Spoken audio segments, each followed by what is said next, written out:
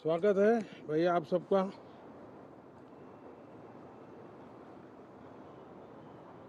Monsoon का भी कुछ लाभ नजर आ रहा है और मॉनसून सत्र भी प्रारंभ हो रहा है। मॉनसून हो या मॉनसून सत्र, अगर दोनों प्रोएक्टिव हो तो बहुत ही प्रोडक्टिव होते हैं।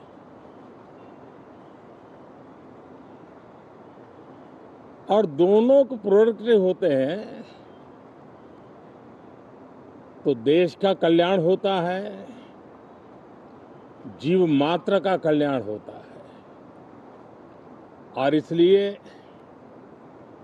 हम यही प्रार्थना करते हैं कि मॉनसून भी प्रोएक्टिव रहे, मॉनसून सत्र भी प्रोडक्टिव रहे। साथियों, पिछले एक महीने में देश ने अनेक सिद्धियां प्राप्त की है और देशवासी गर्व से भर जाएं, इस प्रकार की सिद्धियों का सिलसिला चला है। चाहे राष्ट्रीय हो, अंतर्राष्ट्रीय हो और अब तो अंतरिक्ष भी हो। एक प्रकार से भारत के लिए गर्व के पल रहे हैं। पिछले वर्ष मॉनसून सत्र के ठीक पहले भारतीय नागरिक इंटरनेशनल स्पेस स्टेशन पर पहुंचा था और कल ही परसों भारत का एक युवा स्टार्टअप, उसने बहुत बड़ी सिद्धि प्राप्त की है। विश्व के कम ही देश हैं जहां इस प्रकार से प्राइवेट साहस हुए हैं और भारत के युवाओं ने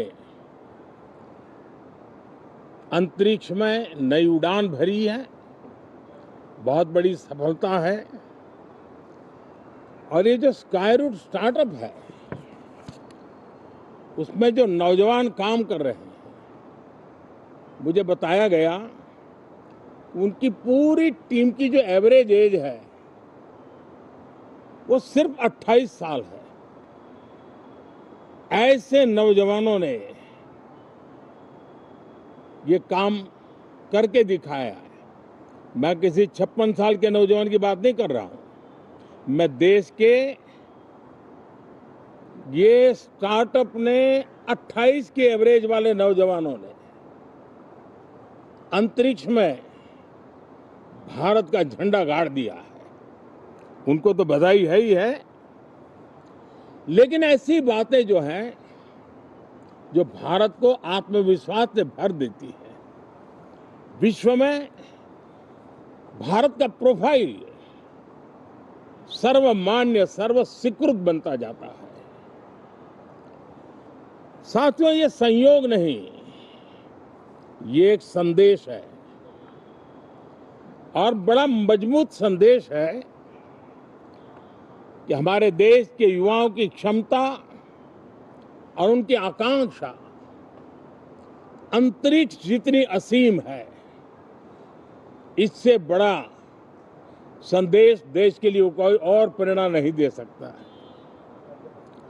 साथियों, जो रिफॉर्म एक्सप्रेस पर सवार होकर के आज देश चल पड़ा है, उसी का नतीजा है कि भारत के नौजवान इतना बड़ा साहस कर पाते हैं और सफल भी हो रहे हैं। साथियों, पिछले दिनों राजस्थान में बहुत बड़ी ऑयल रिफाइनरी देश को समर्पित की गई। पिछले कुछ सप्ताह पहले एक सेमीकंडक्टर प्लांट यानी तीसरा देश को समर्पित किया गया। अभी कुछ दिन पहले ग्रीन हाइड्रोजन से चलने वाली ट्रेन, और विश्व में बहुत कम देश ऐसे हैं कि जिनके पास ये सुविधा है, लेकिन भारत ने जो हाइड्रोजन ट्रेन देशवासियों को समर्पित की है वो सबसे ताकतवर इंजन वाली है और सबसे लंबी है। ये अपने आप में भारत के वैज्ञानिक, भारत के इंजीनियर्स, भारत के इनोवेटर्स, भारत के उद्यमी, भारत के श्रमिक, ये जो एक लक्ष्य लेकर के देश के लिए जी रहे हैं, देश के लिए काम कर रहे हैं, उसी का परिणाम है।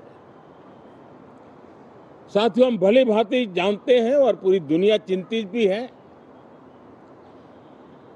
लगातार कहीं न कहीं युद्ध की स्थितियां बनती रही है। पश्चिम एशिया के युद्ध के कारण भारत जैसे देश जो एनर्जी के लिए औरों पर डिपेंडेंट है, उनके लिए ये पश्चिम एशिया का युद्ध एक बहुत ही बड़ा संकट का कारण रहा। पेट्रोल, डीजल, एलपीजी, फर्टिलाइजर,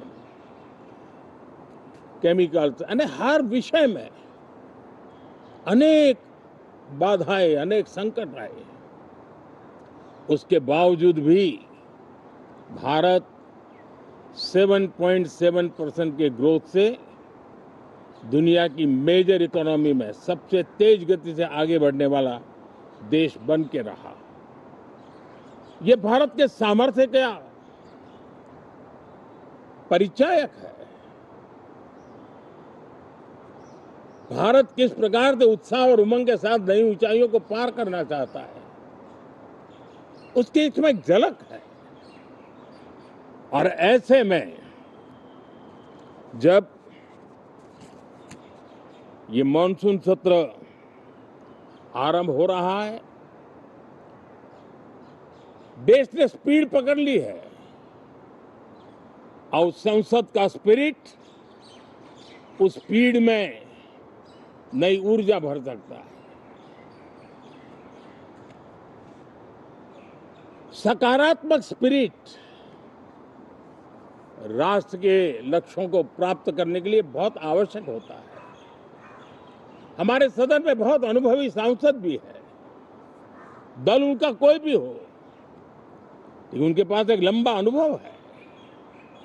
ऐसे समय में उनके अनुभव की, उनके ज्ञान की संसद को भी जरूरत है, देश को भी जरूरत है। और इसके लिए संसद का चलना, सार्थक चर्चा होना, मिलजुल करके देश को आगे ले जाने के संकल्प लेना, ये मैं समझता हूं कि बहुत ही समय की मांग है।